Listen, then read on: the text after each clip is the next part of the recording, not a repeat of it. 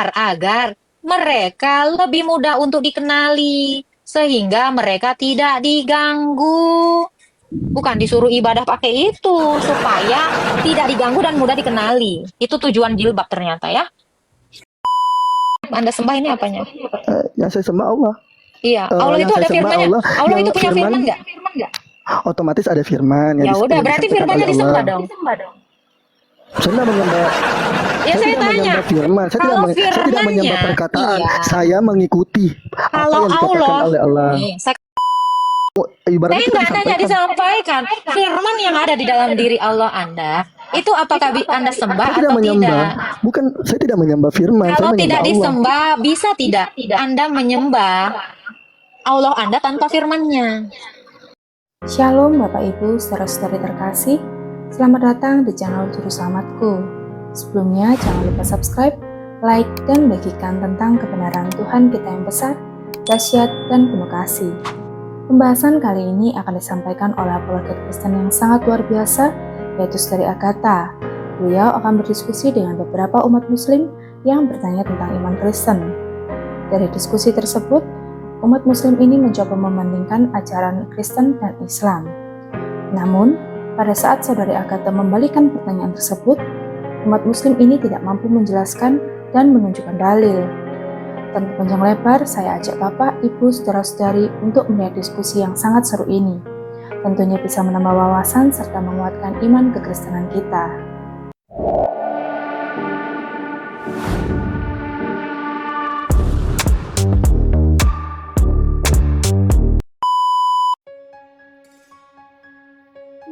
Halo, Abra.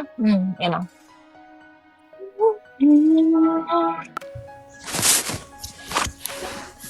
Halo Kak, selamat malam. Halo, selamat pagi. Silakan Bang, Selamat bertanya apa? Gini ya Kak, ya mau Silakan. tanya kan di ajaran Islam kan kalau berdoa kan kalau wanita loh pakai mukena, pakaian yang rapi. Ada dalilnya? Ada di surat. Aku pakai HP satunya lagi. Boleh. Jangan lupa tap-tap terus ya teman-teman ya. Sambil nunggu Bang Sarvan ya. Kita jangan lupa sarapan pagi. Oke, silakan Bang Sarvan. QS berapa? Ini kalau di tempatku kan. QS berapa Bang? Adam. QS berapa? Al-Araf ayat 26. Al-Araf ayat 26. Silakan Bang. Nih, wahai anak cucu Adam, sesungguhnya kami telah menurunkan kepadamu pakaian untuk menutupi auratmu dan bulu sebagai bahan pakaian untuk menghiasi diri. Akan tetapi pakaian takwa itu lah yang paling baik, yang demikian itu merupakan sebagai tanda-tanda kuasa Allah agar mereka selalu Di ingat. sini dikatakan sebagai perhiasan atau penghias atau penutup aurat. Di mana dalilnya kalau sembayang atau sujud itu pakai mukena?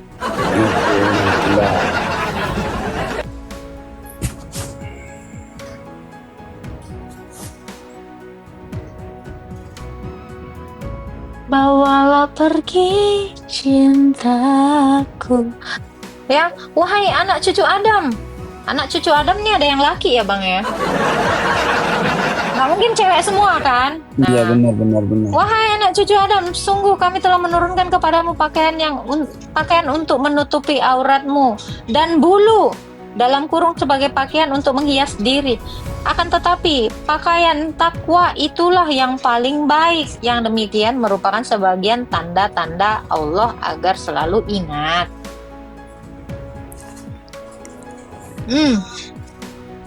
Gimana tuh penjelasannya, silakan.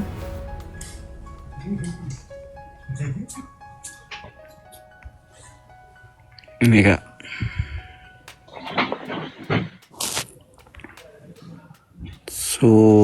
ayat surat Al-Ahzab ayat 59.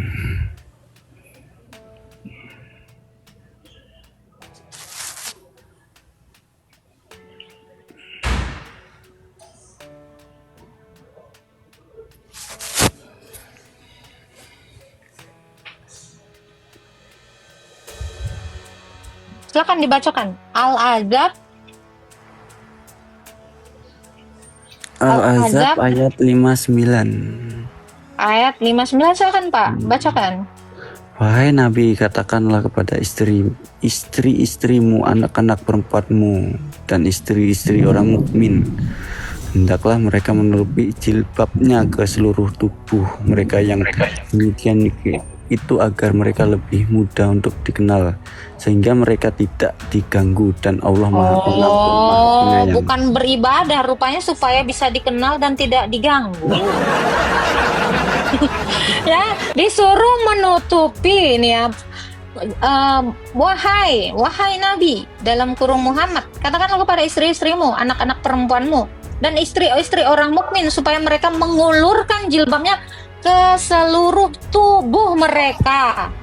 Tubuh ini yang mana nih maksudnya nih? Sampai biji mata kah, sampai muka kah, atau sampai mana nih? Ya, yang demikian itu, ya perintah yang demikian itu agar mereka lebih mudah dikenali dan tidak diganggu, bukan waktu ibadah. Nih, yang demikian itu berarti yang tadi perintahnya tadi supaya apa nih?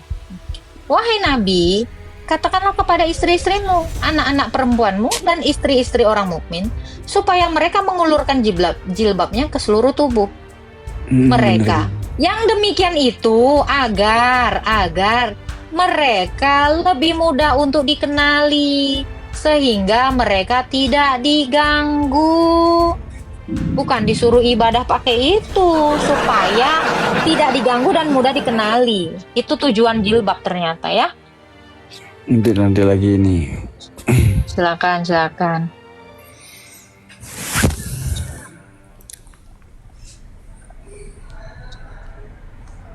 Bapak tahu nggak asbabnya ini Pak? Aduh, asbab turun ayat ini tahu nggak Pak? Kurang tahu. Dua dan kemudian sesuatu yang ku sebut itu cinta. Nah, ini ada yang request gini Pak. Coba tanya Umar Pak, mungkin tahu. Belum lahirannya itu Umar. Belum kelahiran Umar aku. Umar ini Umar apa? sahabatnya Umar Baginda bin nggak sih? Khattab. Bukan. Bapak tahu nggak asbabnya nih? Asbab turun ayat ini. Pernah baca nggak? Belum tahu. Aku ya. Jadi di mana dalil yang mengatakan kalau perempuan itu beribadah kerudungan, sementara di sini perintah menghijabi tubuh wanita-wanita itu supaya mudah dikenali dan nggak diganggu.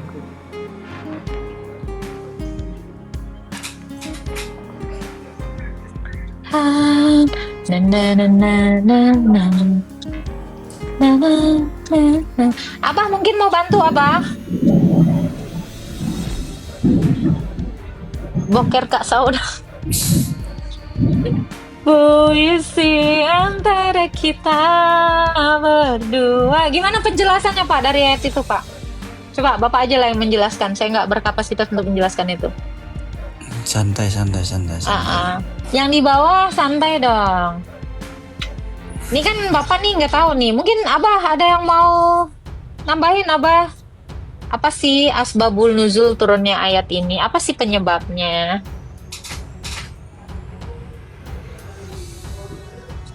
Kita cari lagi ya. Mungkin teman-teman muslim ada yang mau membantu menjawab Pak Sarvan ini, boleh. Lagi betapa ini. Lagi bertapa. Iya bener, lagi bertapa. Bertapa. Jangan bertapa Pak, nanti dapat wangsit.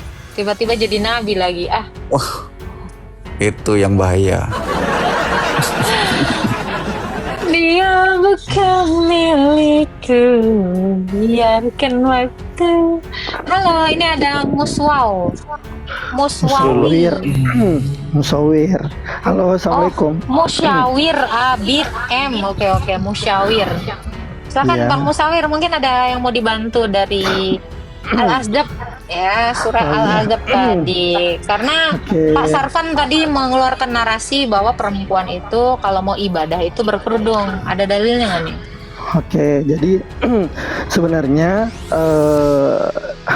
saya juga ibaratnya masih belajar juga, tapi yang sepengetahuan saya, menurut ajaran kami, untuk perempuan intinya itu menutup aurat.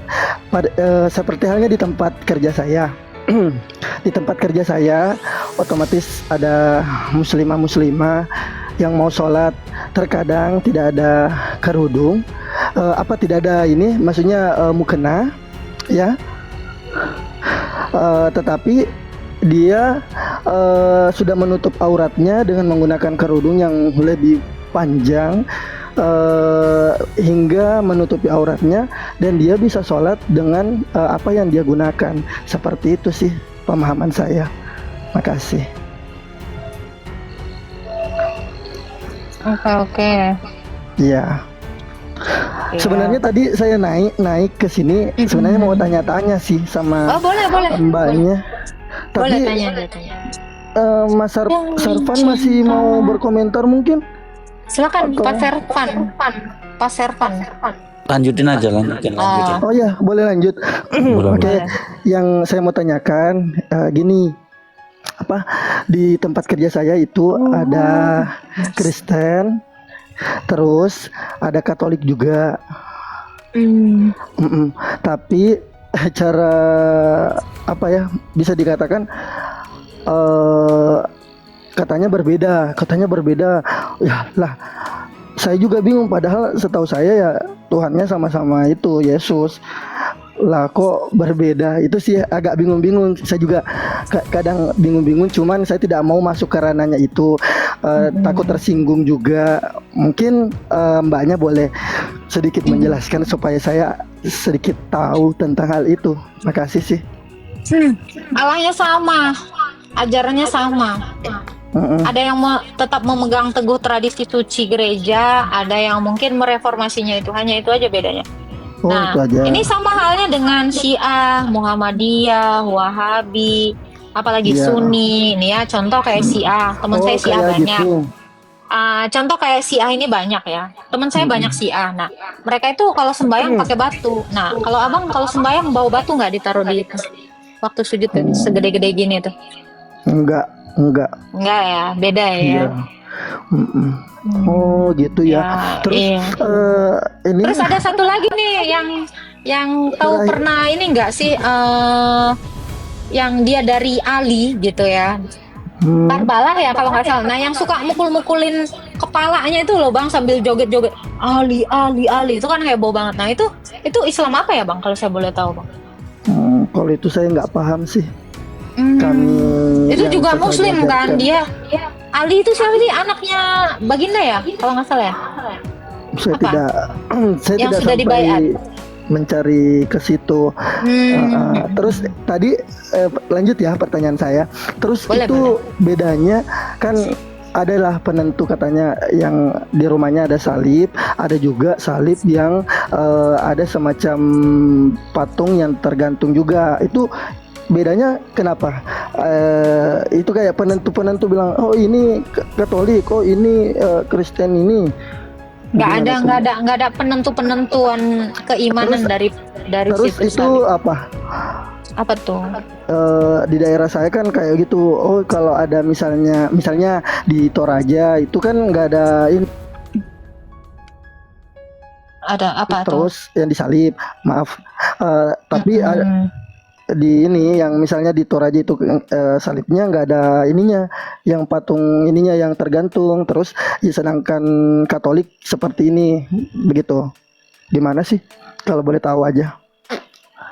Mau belajar, mau tahu-tahu aja ini. Gimana? Apa tuh Pak? Itu yang disalib, yang misalnya di di rumahan itu umat Kristen, ada ada salib, terus ada tergantung ini patung Yesus. Ada juga yang tidak menggunakan itu, cuman salib saja. Gimana itu? Nggak masalah, itu bukan Tuhan kami soalnya. Itu hanya simbol-simbol keagamaan. Oke, syukron. Iya, tapi saya bingung ini Pak nih, kayak gini nih gimana sih? Nah, ini apa ya maksudnya ya? Nih Islam Syiah tuh gini nih, makanya saya bingung nih, yang ngeplak suara suka ini nih gimana sih Pak? Nih, saya bingung ini. Kalau Ada dia Islam yang jarang- seperti ini. Syukurnya kalau diajaran kan nggak ada seperti itu. Makasih, itu saja sih. Oh ya, boleh masih boleh lanjut bertanya? Oh, boleh. Silakan, Pak. Ya, terus itu tadi mengenai Allah itu mengenai Allah itu firman Allah yang diyakini umat Kristen bahwasannya itu Yesus menurut mbaknya yang dimana sih itu yang misalnya yang ada yang mengatakan yang menyuruh apa berdoa kepada, jadi menurutnya Mbak berdoa kepada dirinya Yesus. Ya kan dia firman Allah. Firman Allah itu satu di dalam Allah ya, kami harus menyembah Allah. Menyembah Allah dengan Allah. firman dan rohnya. Seperti itu ya. Mungkin nggak Anda menyembah Allah Anda tetapi tidak menyembah firman-Nya? Saya tidak menyembah firman-Nya. Loh, jadi Bukan Anda firman. menyembah Allah Kan- tanpa kan firman-Nya gitu? Firman itu perkataan, sepengetahuan saya. Menurut Anda, bisa nggak Anda menyembah Allah tanpa perkataannya Allah? Bisa. Perkataan Allah, perkataan Allah itu contoh di kami ya, contoh di Muslim. Otomatis misalnya malaikat Jibril menyampaikan wahyu, berarti menyampaikan apa yang disampaikan oleh Allah Subhanahu Wa Taala. Saya tidak menyembah malaikat Jibril, walaupun malaikat Jibril menyampaikan Enggak nanya itu, firman saya Allah, tanya seperti itu. mungkin nggak Anda menyembah Allah tanpa firman-Nya Allah? Saya nggak nanya Jibril, karena Jibril bukan Allah kan? Saya menyembah Allah, tapi bukan yang disampaikan oleh manusia itu sendiri, atau saya tidak Saya menyembah bukan Nabi itu. seperti Pertanyaan itu. saya bukan itu. Pertanyaannya adalah, apakah Anda menyembah Allah bersama-sama dengan firman-Nya? Firman-Nya ini adalah sifatnya. Atau Anda menyembah Allah, sifatnya dibuang dulu gitu? Oke, jadi yang saya tangkap dari perkataan mbaknya mengatakan tadi, apakah saya menyembah Allah tapi tidak dengan firman-Nya, seperti itu? Iya, Seperti itu ya? iya pertanyaan saya. Yang Pertanyaannya Anda seperti sembah ini itu. apanya? Yang Anda sembah ini apanya? Yang saya sembah Allah. Iya, Allah yang itu saya ada sembah firman-Nya. Allah, Allah yang itu punya firman firman- nggak? Otomatis ada firman yang Ya udah, yang berarti disampaikan firman-Nya oleh disembah Allah. dong. Saya tidak menyembah. Ya saya tidak tanya. menyembah firman. Saya tidak Kalau saya tidak firman-nya, menyembah perkataan. iya. Saya mengikuti apa Kalau yang dikatakan Allah, oleh Allah. nih, saya kasih analogi ya. Kalau Anda berbicara dengan saya, Anda berbicara dengan suara saya aja atau badan saya aja? Apa? Kalau Anda Maaf. berbicara dengan saya, berarti Anda berbicara dengan suara saya atau badan saya saja? Saya berbicara dengan manusia, yaitu kita. Iya, Kamu- tentu kamunya. dengan suara saya, dengan pikiran saya, dengan nafas saya, dan dengan tubuh saya. Apa yang ada di dalam diri saya, Anda berbicara kepada Anda. Semua yang ada di dalam diri saya yang satu ini berbicara bersama-sama kepada Anda. Nah, kita masuk kepada Allah. Kalau Allah itu punya perkataan, ya, punya firman, dan itu ada di dalam zatnya. Mungkin nggak Anda menyembah Allah tanpa zatnya? Oke. Oke, saya paham maksudnya, tapi boleh tidak mbaknya menyampaikan di mana manusia yang dilahirkan oleh Maryam itu sendiri mengatakan bahwa Dijawab dulu. Apa? apa manusia yang dilahirkan oleh Maryam itu sendiri mengatakan bahwa dirinya Firman. Tuhan, bahwa dirinya Tuhan. Dirinya Tuhan. Oke, Yohanes 13 ayat 13. Akulah guru dan Tuhan. Oke, itu udah saya jawab. Sekarang saya tanya, bisa nggak Anda menyembah Allah Anda tanpa firman-Nya atau kata-katanya? Bisakah Anda menyembah Allah tanpa firman-Nya? Saya cuma menyembah Allah. firmannya ya disampaikan kepada ibaratnya kita Enggak hanya disampaikan. Firman yang ada di dalam diri Allah Anda, itu apakah Anda sembah Saya tidak atau menyembah. tidak? Bukan, saya tidak menyembah firman, saya Kalau menyembah tidak Allah. disembah, bisa tidak Anda menyembah Allah Anda tanpa firman-Nya?